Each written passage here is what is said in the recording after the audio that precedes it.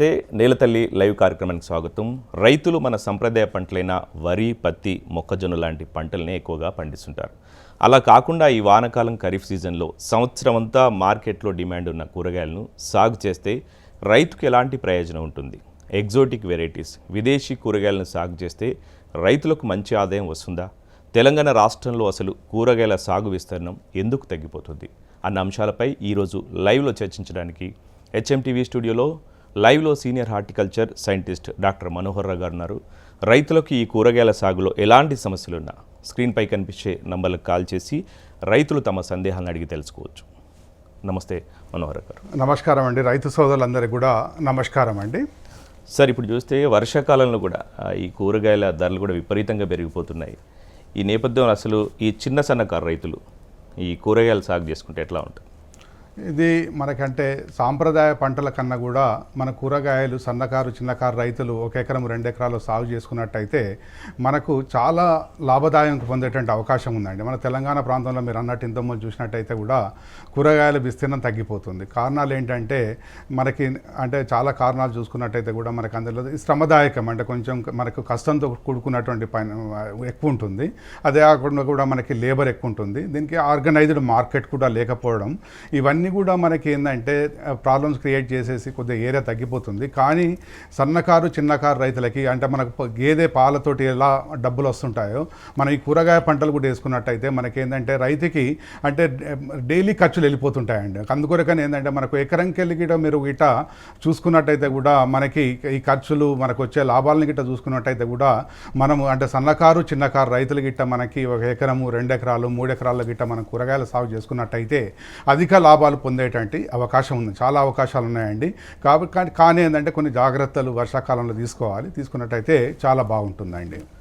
Sir, ఇప్పుడు ఒక్కొక్క సీజన్లో ఒక్కొక్క సమస్య ఉంటుంది. మామూలుగా ఈ కూరగాయల సాగులో ఎస్పెషల్లీ ఈ వర్షాకాలం సీజన్లో ఎట్లాంటి సమస్యలు ఉంటాయి? వాటిని ఏ విధంగా అధిగమించాలి రైతులు?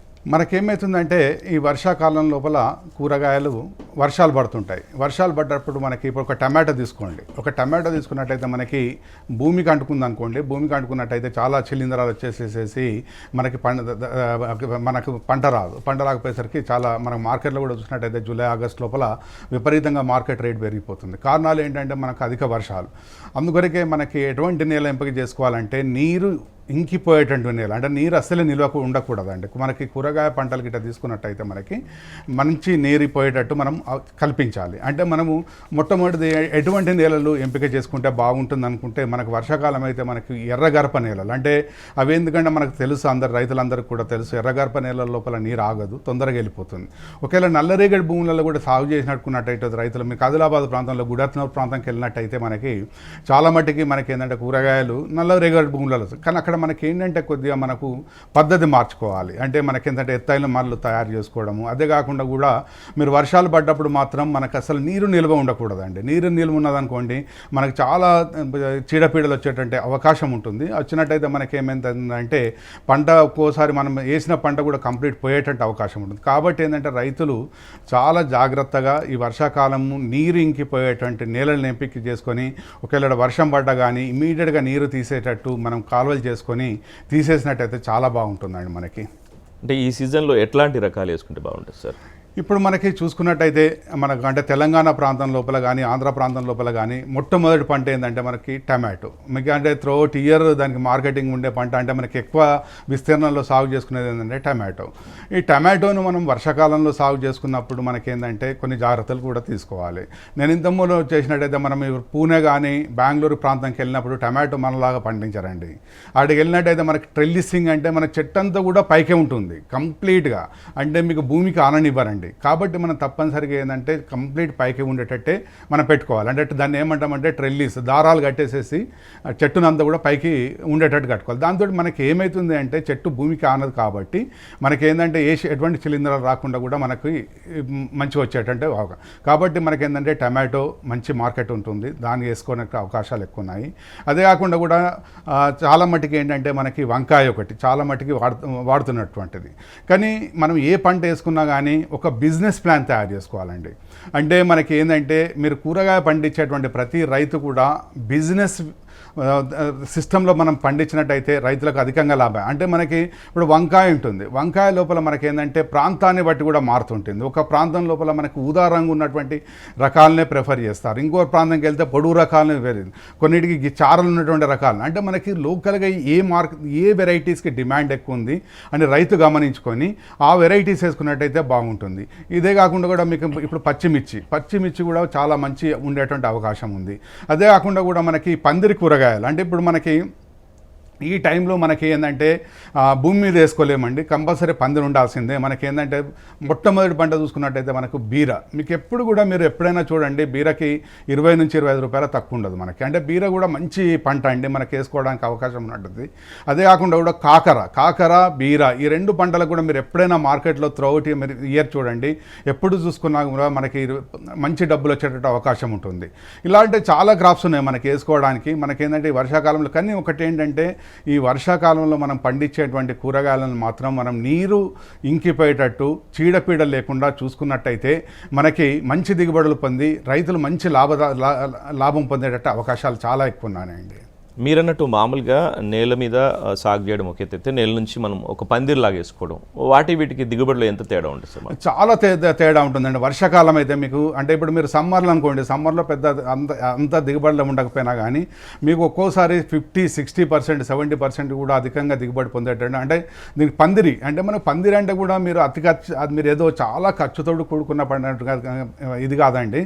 ఇవాళ వెరీ సింపుల్ టెక్నాలజీ. అంటే మనకి ఏంటంటే ఈ బొంగు కట్టెలు ఉంటాయి కదా, బొంగు కట్టెలకు కూడా దారాలు కట్టేసేసేసి కూడా మనం స్టేకింగ్ చేసుకునేటువంటి అవకాశం ఉంటే, మనకేది క్యాజురీనా పోల్స్ ఉన్నాయి కదా, మన సర్వి కట్టెలు కూడా కట్టి కూడా మనము అంటే తక్కువ ధర లోపల మనకి చేసుకొని అంటే పందిరి తయారు చేసుకొని దానికిట మీరు సాగు చేసుకున్నట్టయితే ఈ వర్షాకాలం లోపల చిన్నకారు రైతులకి చాలా లాభదాయకంగా ఉంటుంది. కాబట్టి మన రైతులందరూ కూడా అంటే ఈ వర్షాకాలం లోపల మనకి ఈ పందిరి కూరగాయలు వేసుకున్నట్టయితే మంచి లాభాలు పొందేటట్టు అవకాశం ఉందండి మనకి. అంటే రైతులు ఎప్పుడు కేవలం ఈ వర్షం మీదనే ఆధారపడరు, దాదాపు ఒక డ్రిప్ సిస్టమ్ కూడా ఏర్పాటు చేసుకోవాల్సిన అవసరం ఉంటుంది. కాబట్టి డ్రిప్ సిస్టంలో ఎట్లాంటి జాగ్రత్తలు తీసుకోవచ్చు?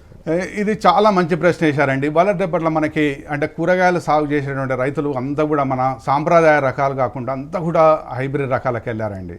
మనకి కూరగాయ విత్తనాలలో ఒక్క గింజ కాస్ట్ మనకి ₹1 నుంచి ₹2 కాస్ట్ అవుతుంది మనకి. మనకి ఏమవుతుందంటే అవి ఎప్పుడైనా కానీ మనకేమవుతుందంటే ఈ హైబ్రిడ్ రకాలు మనం ఇచ్చేటువంటి పోషక పదార్థాలు నీళ్ళతోటి వాటి దిగుబడి ఆధారపడి ఉంటుందండి మనకి. కాబట్టి మనం ఏంటంటే తప్పనిసరిగా మన కూరగాయ పండించేటువంటి రైతులు ఎత్తైన మడులు తయారు చేసుకున్నట్టు, ఎత్తైన మడులు అంటే మనకి వరపడే టెక్నాలజీ వచ్చిందండి. ట్రాక్టర్ తోటి మనము రైజ్డ్ బెడ్స్ తయారు చేసుకొని దానికి డ్రిప్ ఇరిగేషన్ అంటే మనకి ఏంటంటే మన భూమిని బట్టి మనకు ఉండేటువంటి పరిస్థితులను బట్టి ఒక డ్రిప్ లైన్ 2 డ్రిప్ లైన్లా పెట్టుకొని మనం చేసుకున్నట్టయితే చాలా బాగుంటుంది. ఈ డ్రిప్ లైన్ ఇంకో అడ్వాంటేజ్ ఏంటంటే మనకి ఆ మొక్కకు కావాల్సినటువంటి ఎరువులన్నీ కూడా మనము ఈ డ్రిప్ ద్వారానే ఇవ్వచ్చండి. అంటే ఇప్పుడు రైతులు మీకు ఇక్కడ లేబర్ కాస్ట్ కూడా, ఎందుకంటే మీకు మన అందరికీ తెలుసు ఈ కూరగాయల పంటలు పండించినప్పుడు లేబర్ కాస్ట్ మనకు చాలా కొంచెం పెరిగేటువంటి. ఇప్పుడు మీ ఎరువులు వేసేటువంటి ఖర్చును కూడా తగ్గించుకోవచ్చు. అంటే మనకి ఏంటంటే ఒక ట్యాంక్ పెట్టుకొని దాని ద్వారానే మనకి అంటే ఇప్పుడు టమాటో ఉంది, 0 నుంచి 10 రోజుల వరకు ఎంత ఎరువులు కావాలి, 10 నుంచి 20 రోజుల వరకు ఎంత ఎరువులు కావాలి, దానికి అనుకూలంగా కూడా డ్రిప్ ద్వారా పంపించవచ్చు. కానీ ఒక్కసారి మనం ఈ డ్రిప్ ద్వారా చేసినప్పుడు కొన్ని సమస్యలు ఉంటాయి.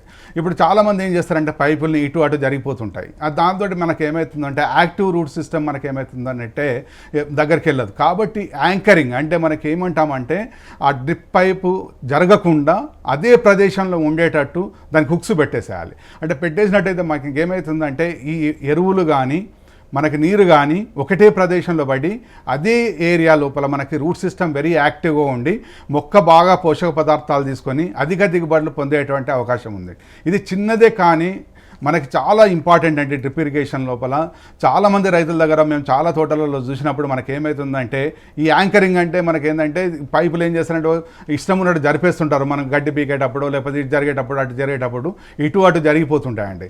జరిగిపోయేసరికి మనకి ఏమవుతుందంటే ఇప్పుడు ఎక్కడైతే మనకి రూట్ సిస్టమ్ ఇన్యాక్టివ్ ఉంటుందో అక్కడ మళ్ళీ ఏమవుతుంది, అక్కడ పైప్ లైన్ మీద అనుకోండి మళ్ళీ రూట్ సిస్టమ్ యాక్టివ్ కాదు. కాబట్టి మనం ఎక్కడైతే యాక్టివ్ ఉంటుందో అక్కడనే ఎప్పుడు మనం ఎరువులు మనం నీరు ఇచ్చినట్టయితే మనకి ఏమవుతుందంటే మొక్క బాగా పెరిగి అధిక దిగుబడులు పొందేటట్టు అవకాశం ఉంది.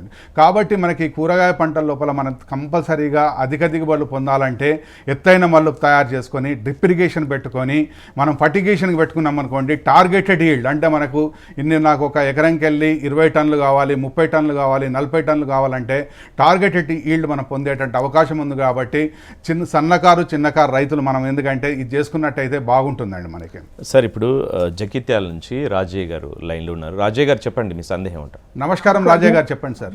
సంగీత్ గారికి వందనములు.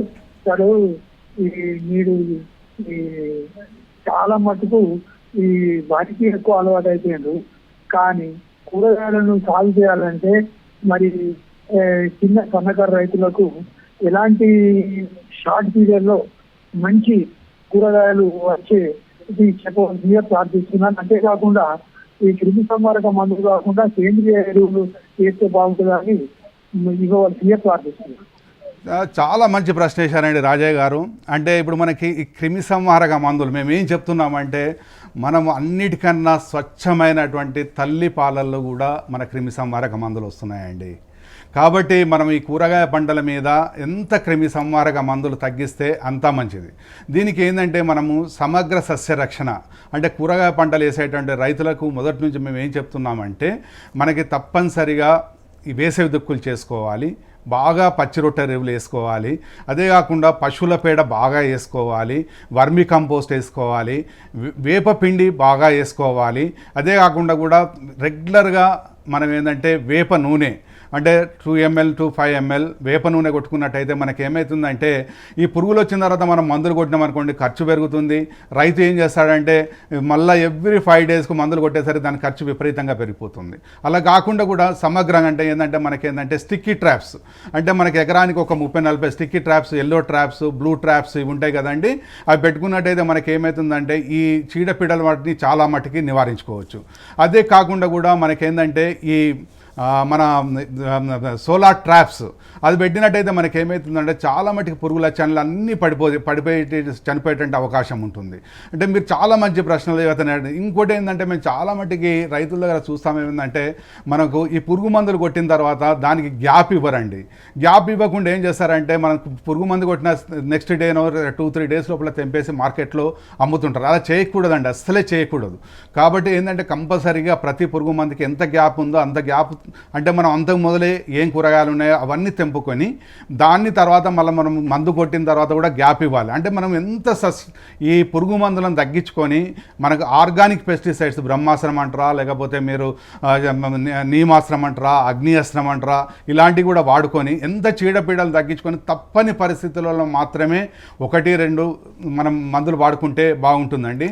అదే కాకుండా కూడా మేము అంటే గృహిణులకు కూడా చాలామందికి చెప్తాము, అంటే మనం మార్కెట్లో కొనుక్కున్న తర్వాత కూడా మీరు కూరగాయల్ని మనకేంటంటే మనకు ఈ సాల్ట్ సొల్యూషన్లో అంటే మనకు లీటర్కి 20 grams మనం ఉప్పు కలుపుకొని అందులో గిట్ట ఒక మీరు 10-15 నిమిషాలు గిట్ట కడుక్కున్నట్టయితే చాలా మందికి మన ఈ పురుగు మందుల యొక్క అవశేషాలను మనం బాగా తగ్గించుకున్న వాళ్ళం అవుతామండి. కాబట్టి తప్పనిసరిగా మీరు మార్కెట్లో కొనుక్కున్నటువంటి కూరగాయలను కూడా మనం ఉప్పు నీళ్ళు ద్రావణంలో ముంచుకొని 2% దాంట్లో మనం ముంచుకొని ఉన్నట్టయితే కూడా మనకి ఈ మన పురుగు మందులను కూడా మనం బాగా తగ్గించుకున్న వాళ్ళం అవుతాము. కానీ రైతులకు కూడా మనం ఏంటంటే చాలా మట్టికి మీరు ఆర్గానిక్గా వేలు చేసి తర్వాత తప్పదనుకున్న పరిస్థితుల్లో మాత్రమే ఈ సస్యరక్షణ మందులకు వెళ్ళండి. వీలైనంత వరకు సస్యరక్షణ మందులు అంటే ఈ పురుగు మందుల్ని చాలా తగ్గించండి. మీరు ఆర్గానిక్ పెస్టిసైడ్స్ని కానీ ఆర్గానిక్ మన వేప మన సంబంధించినటువంటి మనకు నీమ్ ఆయిల్ కానీ లేకపోతే వేప పిండి ఇట్లాంటివి వాడండి. వాడేసేసేసి ఈ సస్యరక్షణ మందులు తగ్గించుకున్నట్టయితే మనకి మన అందరికీ కూడా తినే వాళ్ళందరికీ కూడా మంచి కూరగాయలు ఇచ్చిన వాళ్ళం అవుతాము. అదే కాకుండా కూడా మనకి ఈ వచ్చేటువంటి చాలా ఈ రోగాలను కూడా తగ్గించుకున్నటువంటి అవకాశం చాలా ఉందండి. కూరగాయలు చాలా ఇంపార్టెంట్ అండి మనకి. సార్ ఇప్పుడు డ్రిప్ సిస్టంలో ఒకసారి డ్రిప్ గురించి కొంచెం డీటెయిల్గా మాట్లాడదాం. డ్రిప్ సిస్టంలో కనుక మనం కెమికల్ అయినా ప్లస్ సేంద్రియంగా అయినా ఇప్పుడు మీరు ఎక్కువ పని ఉంటుంది, ఎక్కువ పని ఒత్తిడి ఉందన్న, సో అదే క్రమంలో ఆ డ్రిప్లోనే మనం ఒకవేళ వాటికి మొక్కలకు అందించే క్రమంలో అట్లా ఇవ్వచ్చా? ఇస్తే ఒకవేళ డ్రిప్ సిస్టమ్ అయినా పాడే అవకాశం. ఇది చాలా మంచి ప్రశ్న వేశారండి. అంటే మనకేంటంటే ఈ డ్రిప్ సిస్టమ్ అందరూ ఈ మధ్యలో ఏం చేస్తారంటే డ్రిప్ సిస్టమ్ అవి బ్లాక్ అయిపోయినాయని తీసేసి పక్కకు పారేస్తుంటారు. అట్లా కాదండి, ఇది మెయింటైన్ చేయాలి. అంటే మనం ఏంటంటే ఇప్పుడు మన నీళ్ళ మీకు ఈసీ ఎక్కువ ఉందనుకోండి, ఈసీ ఎక్కువ ఉంటే మనకి ఏమవుతుందంటే సాస్ ఎక్కువైనప్పుడు మనకు ఇన్లైన్ డ్రిప్ ఆన్లైన్ డ్రిప్ ఉంటుంది. మనకి ఆన్లైన్ డ్రిప్ ఏంటంటే మనము బాగా డిస్టెన్స్ ఉన్నటువంటి మన పండ్ల తోటల్లో వాడతాము, ఇన్లైన్ డ్రిప్ ఏమో మనకి కూరగాయ తోటలలో వాడుతుంటాము. ఆ పైపు మనకు లోపల ఉంటుంది, మన అంటే ఆ డ్రిప్ లోపల ఉంటుంది కాబట్టి మనకేమవుతుందంటే కొద్దిగా బ్లాక్ ఉంటుంది, మనకి ఏంటంటే సాల్స్ గిట్ ఎక్కువైనప్పుడు.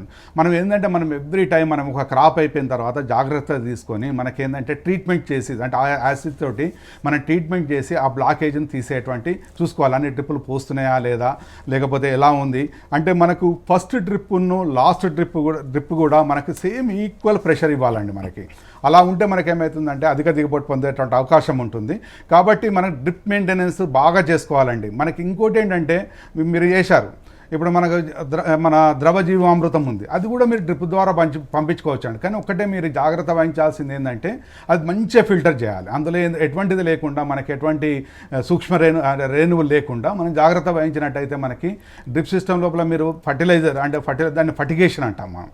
ఈ ఫర్టిగేషన్ చేసుకొని అంటే ఇప్పుడు మనకు చాలా అభివృద్ధి చెందిన దేశాలలో కానివ్వండి, లేకపోతే మహారాష్ట్ర పైన కానివ్వండి, బెంగళూరులో పైన మంచి అడ్వాన్స్డ్ రైతులందరూ కూడా ఇప్పుడు అంతా డ్రిప్ ఫర్టిగేషనే వాడుతున్నారండి. కూరగాయ పంటల లోపల ఇప్పుడు మన మల్లు చేసేసి పారించే పద్ధతి లేదండి. అంతా కూడా మనకేంటంటే ఎత్తైన మడ తయారు చేసుకోవడం, అందులో మనకేంటంటే అంటే ఎత్తైన మడ తయారు చేసుకున్న తర్వాత పాలిథీన్ కవరు, అదే ప్లాస్టిక్ మల్చి వద్దనుకుంటే కూడా మనం ఆర్గానిక్ మల్చి కూడా వేసుకోవచ్చు. మనము వేసుకొని మనకి ఏంటంటే దాంట్లో మనం నాటుకొని ఈ డ్రిప్ పెట్టుకొని మనం ఫర్టిగేషన్ ఇచ్చుకున్నట్టయితే, ఎందుకంటే మనం వాడే రకాలన్నీ కూడా F1 హైబ్రిడ్ రకాలండి. ఇవన్నీ కూడా మనకేంటంటే మనం ఇచ్చేటువంటి ఎరువులు నీటి మీదనే మన యొక్క దిగుబడి ఆధారపడి ఉంటుంది. కాబట్టి మీరు ఫర్టిగేషన్ షెడ్యూల్ మనం పక్కాగా అంటే మనకి అంటే డిసైడ్ అంటే మనం 999 ఇస్తామా, 13045 ఇస్తామా, ద్రవ జీవామృతం ఇస్తామా, లేకపోతే మనం ఎట్లా ఇస్తామన్న చూసుకొని దాని ప్రకారం మనం డిసైడ్ చేసుకొని క్రాప్ స్టేజ్ను బట్టి మనం ఇచ్చుకున్నట్టయితే మనకి ఈ కూరగాయ పంటల లోపల అధిక దిగుబడులు పొంది అధిక లాభాలు పొందేటువంటి అవకాశం ఉంది. ఇది చాలా సన్నకారు చిన్నకారు రైతులకి మన కూరగాయ పంటలు చాలా లాభదాయకమైందండి. కాబట్టి ఈ దిశలో మనం రైతాంగం గిట్ట ఆలోచించినట్టయితే మనకి అధిక లాభాలు అంటే ఎస్పెషల్లీ మనకు ఎడ్యుకేటెడ్ యూత్ విలేజ్లలో ఉన్నప్పుడు మీరు సాంప్రదాయక పంటలు కాకుండా మీరు కొద్దిగా మీరు అంటే కూరగాయల సాగు వైపు మీరు మొగ్గు చూపినట్టయితే మీకు చూడండి, మీరు ఒక పాలకూర తీసుకోండి, వితిన్ 30 days లోపల మీకు మంచి లాభాలు వచ్చేటువంటి అవకాశం ఉంది. కొత్తిమీర తీసుకోండి, అంటే జస్ట్ 30 to 40 days లోపలనే మనకు క్రాప్లు వచ్చేటువంటి అవకాశం ఉంది. అంటే అట్లానే మీకు టమాటో తీసుకోండి, 100 to 120 days అంటే మనకు 60 to 70 days లోపల అవుతుంది. కంటిన్యూస్గా 40-50 రోజులు మనకు క్రాప్ వస్తూనే ఉంటుంది. కాబట్టి ఇలాంటి అంటే మీరు ఒకటే క్రాప్ కాకుండా కూడా ఇంకోటి మీకు రైతాంగానికి చెప్పేది ఏంటంటే స్టాగర్డ్ సోయింగ్. ఒకటేసారి ఒకటే క్రాప్ మీరు 1 acre వేయద్దండి. అంటే మీరు అంటే స్టాగర్డ్ సోయింగ్ అంటే మనకి ఎట్లా అంటే ఒకటేసారి వేయద్దండి. ఇప్పుడు మీరు ఒక 3-4 పంటలు తీసుకొని మీరు ఏం చేయండి అంటే ఒక ఎకరం వేద్దాం అనుకుంటే పావు ఎకరం ఒకసారి, మళ్ళీ ఒక 20-25 days తర్వాత మళ్ళీ పావు ఎకరం, ఇలా మీరు అంటే స్టాగర్డ్ సోయింగ్ చేసుకుంటూ పోయిన అనుకోండి, కంటిన్యూస్ సప్లై మార్కెట్లో ఉన్నట్టయితే మనకు మధ్యలో అంటే కొనేవాళ్ళు కూడా మంచి మార్కెట్లో మనకి ఏంటంటే ప్రైస్ ఇచ్చేటువంటి అవకాశం ఉంటుంది. ఇప్పుడు మనకి కూరగాయ దీంట్లో మనకు ప్రధానమైన సమస్య ఏంటంటే దళారుల సమస్య. మనకు మేజర్గా ఏంటంటే మనం డైరెక్ట్ పోయి మార్కెట్లో అమ్మాలంటే సన్నగారు అంటే మనకు ఒక లేబర్ పోతే మనకి 400-500 రూపీస్ అవుతుంది. ఇవన్నీ ఆలోచించి మనం ఏం చేస్తామంటే మధ్యలో ఒకరికి ఇచ్చేస్తుంటాం.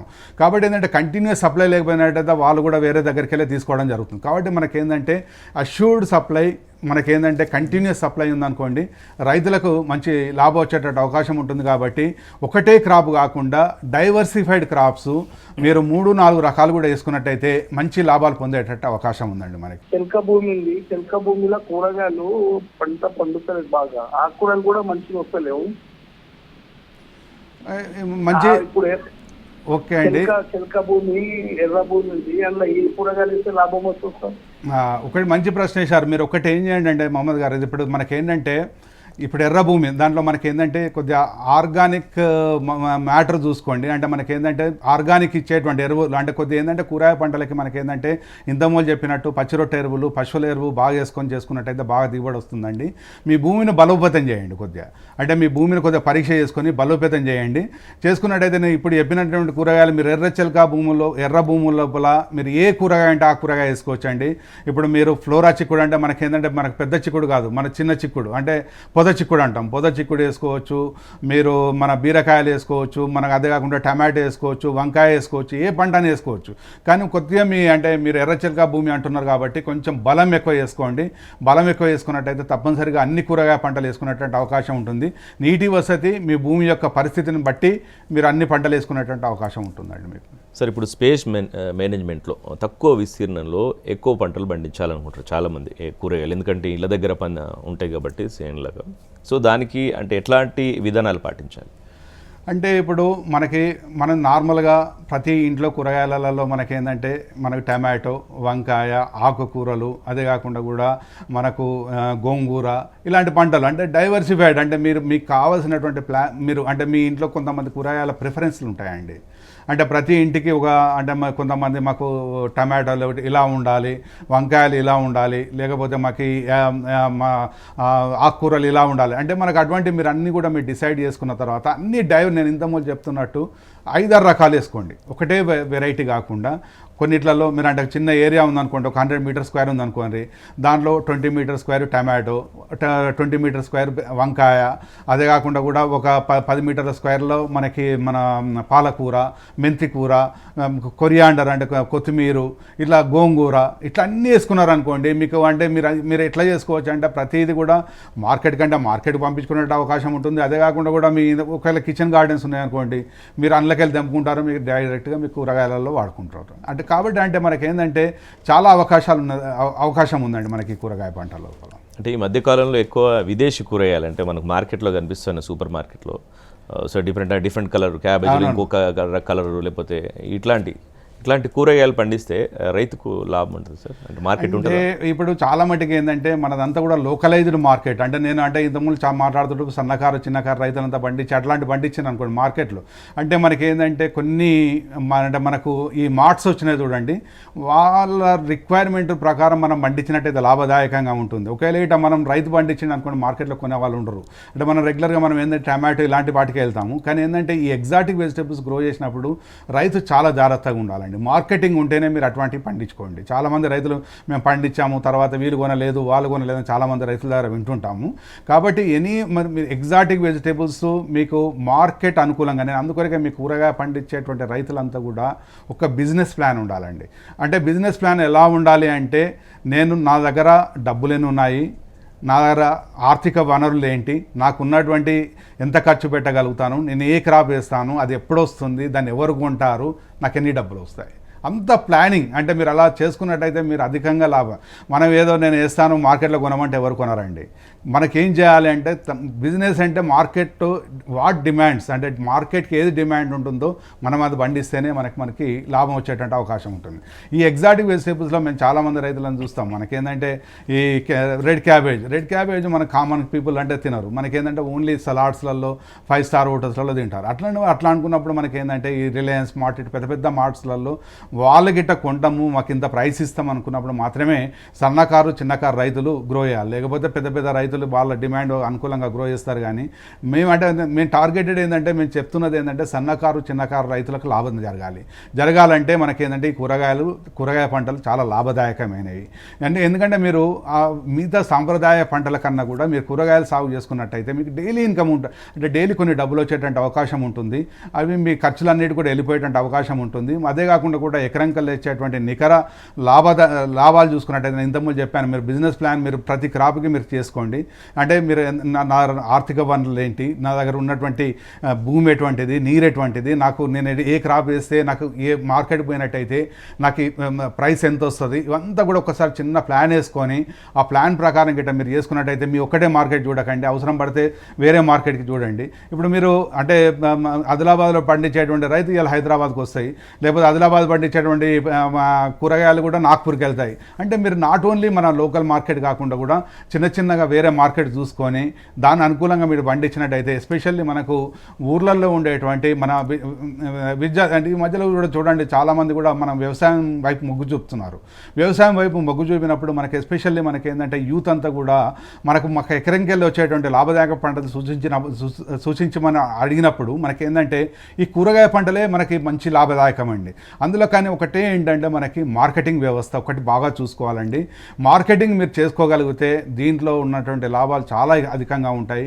కానీ మార్కెటింగ్ ఒకటి మాత్రం చాలా జాగ్రత్త చూసుకొని చేసుకోవాల్సినటువంటి అవసరం సార్ ఇక్కడ అంటే మన పొరుగు రాష్ట్రాలైన ఇటు మహారాష్ట్ర, కర్ణాటక ఈ ప్లేసెస్ నుంచి ఎక్కువ మనం హైదరాబాద్ కానీ వేరే ప్లేసెస్కి వస్తున్నాయి.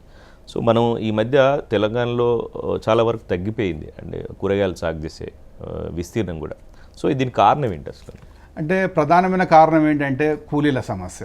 అంటే మనకి ఏంటంటే ఇవి అన్నీ కూడా లేబర్ ఇంటెన్సివ్ క్రాప్స్ అండి. ఏంటంటే మనకి ఏంటంటే కూరగాయ పంటలు కూడా మీరు ఏంటంటే ఏదో మీరు వరి ఉన్నారనుకోండి, ఒకసారి వేసేస్తే మీరు కోసేసిన తర్వాత మార్కెట్లో పోయి అమ్ముకుంటారు. అట్లా కాదు. ఇప్పుడు టమాటో వేశారు, టమాటో వేసిన తర్వాత మీకు ఏమవుతుంది, అది ఫ్లవరింగ్ మన ఫ్రూటింగ్ నుంచి లాస్ట్ హార్వెస్ట్ చేసేసరికి 7 to 10 times తెంపాలి. తెంపిన తర్వాత తెంపడానికి లేబర్ కావాలి, దాన్ని తీసుకుపోయి మార్కెట్లో అమ్ముకోవడానికి కావాలి. ఇట్లా మనకి ఏమవుతుందంటే కొద్దిగా లేబర్ ఇంటెన్సివ్ క్రాప్స్ ఉండేసరికి తెలంగాణలో ఏంటంటే మనకు కొద్దిగా ఈ అధికంగా దొరకకపోయేసరికి అంతా కూడా అబ్బాయి ఇది దీనిలో మనకు అంత కష్టంగా ఉందని వేరే పంటలపై చూస్తున్నారు. కానీ మనకేంటంటే ఇందులో గిట్ట కొద్దిగా మనం అంటే మంచిగా మెకనైజేషన్ చేసుకొని మనం అంటే నేను ఇంతకుముందు చెప్పినా చూడండి, డ్రిప్ అంటే మనకు ఏది రైతుడు బెడ్ వేసేసుకొని మనం మంచిగా డ్రిప్ పెట్టేసేసుకొని మంచి క్వాలిటీ పండించేసినట్టయితే మనకి అంటే సన్నకారు చిన్నకారు రైతులు మన అదే కాకుండా కూడా ఈ మధ్యలో యువత బాగా వస్తున్నారు, ఏది మన అగ్రికల్చర్ సైడ్ చూస్తున్నారు. కాబట్టి అటువంటి రైతులందరికీ కూడా ఈ మనకి కూరగాయ పంట లాభదాయకం కాబట్టి ఇటువంటి అంటే మనం విస్తీర్ణాన్ని పెంచుకునేటువంటి అవకాశం చాలా ఎక్కువ ఉందండి మనకి. ఇప్పుడు ప్రజలకి వినియోగదారులకి హెల్త్ మీద అవేర్నెస్ బాగా పెరిగింది. ఈ క్రమంలో చాలామంది ఏంటంటే క్వాలిటీ బాగుండాలని కోరుకుంటా ఉన్నారు. క్వాలిటీ బాగుంటేనే ఎక్కువ అమ్ముకోవడానికి కూడా ఈజీగా ఉంటుంది, ధర కూడా ఎక్కువ వస్తుంది. సో దీనికి రైతులు ఎట్లాంటి పాటించాలి సార్? అదే అందుకొరకే దీన్ని మనం ఏమంటామంటే వర్డ్ ట్రేసబిలిటీ. అంటే మనం ఏంటంటే మీరు ఇవాళ రేపటి మార్కెట్ మీ బ్రాండ్ క్రియేట్ చేసుకోవాలి. మీ విలేజ్లో మీరు ఒకటి ఏం చేయాలంటే మేము అందరం కూడా ఎటువంటి రసాయనిక మందులు వాడడం లేదండి, మేము మంచిగా ప్యూర్ ఆర్గానిక్గా చేస్తున్నాము, క్వాలిటీ ఉన్నాయి, కావాలంటే మీరు వచ్చి చూసుకోండి. మా విలేజ్లోని ఒక బ్రాండ్ ఒక ఫార్మర్స్ ప్రొడ్యూసర్స్ ఆర్గనైజేషన్స్ లాగా తయారు చేసుకొని మీరు ఏం చేయాలంటే మీరు మంచి కూరగాయలు పండించేసేసి మా దగ్గర క్వాలిటీ దొరుకుతాయంటే మీ దగ్గర చాలామంది వస్తారండి. వాళ్ళ రేపల ప్రతి ఒక్కళ్ళు కూడా హెల్త్ కాన్షియస్ పెరిగింది, ప్రతి ఒక్కళ్ళు కూడా ఈ సస్యరక్షణ మందులు వాడినటువంటి కూరగాయలని అడుగుతున్నారు. కాబట్టి మనకేంటంటే రైతుల గిట్ట మీరు పండించగలిగి మీ ఒక్క ఓన్ బ్రాండ్ని క్రియేట్ చేసుకోగలిగితే మీకు మంచి మార్కెట్లో అంటే మంచి లాభాలు వచ్చేటువంటి అవకాశం ఉంది. కానీ దీనికి కొద్దిగా టైం పడుతుంది, ఓపిక ఉండాలి. ఉండి మీరు అంతా కూడా మీరు ఏంటంటే ప్రతిదీ కూడా రికార్డింగ్ చేయాలి. అంటే మీరు ఏంటంటే ఆర్గానిక్ సర్టిఫికేషన్ ఉంటుంది, ఆర్గానిక్ సర్టిఫికేషన్ చేయించుకొని అంటే ఈ రసాయనిక మందులంతా కంప్లీట్గా లేకుండా చేసుకొని మనం ఏంటంటే ఈ ఆర్గానిక్ వేలో గిట్ట వెళ్ళినట్టయితే మనకి ఒక బ్రాండ్ క్రియేట్ చేసుకున్నట్టయితే రైతులకి మంచి లాభాలు వచ్చేటువంటి అవకాశం ఉంది. ఇది మీకు ముంగడ ఇది ఒక ఇండస్ట్రీ లాగా పెరిగేటువంటి అవకాశం ఉంది. కాబట్టి రైతాంగం కూడా అంటే మనం వచ్చేటువంటి ఎస్పెషల్లీ యువకులు మీరు అగ్రికల్చర్ సైడ్ వచ్చేటువంటి యువకులు మీరు ఏం ఆలోచించాలంటే ఈ కూరగాయ పంటల గురించి ఆలోచించండి. మీకు మంచి లాభదాయకంగా ఉంటుంది. మనకు అదే కాకుండా తెలుగు రాష్ట్రాల్లో మనకి ఏంటంటే షార్టేజ్ ఉంది, పర్టికులర్ ఏ పీరియడ్ షార్టేజ్ ఉంది, మార్కెట్ ఎక్కడ పంపించాలి, దాన్ని మార్కెటింగ్ ఎలా చేసుకోవాలి అన్నది కొద్దిగా మీరు బ్రాండ్ క్రియేట్ చేసుకోగలిగి ఇవాళ రేపటి సోషల్ మీడియా చాలా యాక్టివ్గా ఉందండి. మీరే ఎస్ నా దగ్గర ఇది ఉంది, కూరగాయలు ఉన్నాయి, నేను ఏం చేయకుండా పండించాను. కానీ బట్ ఏంటంటే నమ్మకం కావాలి. దాన్ని నమ్మకం ఎలా క్రియేట్ చేయగలుగుతాం అన్నది చాలా ఇంపార్టెంట్ అండి. అది క్రియేట్ చేసుకోగలిగినట్టయితే మన కూరగాయ పంటల్లో రైతులు అధికంగా లాభాలు పొందేటట్టు అవకాశం ఉందండి. Okay sir, thank you so much sir. చాలా వివరంగా చెప్పారు. అంటే కూరగాయల సాగుతో పాటు మార్కెటింగ్ విధానం అండ్ తక్కువ విస్తీర్ణంలో ఏ విధంగా సాగు చేసుకోవాలన్న అంశాల గురించి ఇది ఇవాల్టి నెలతల్లి కార్యక్రమం. నమస్తే. నమస్కారం అండి రైతు సోదరులందరికీ నమస్కారం అండి. నమస్కారం.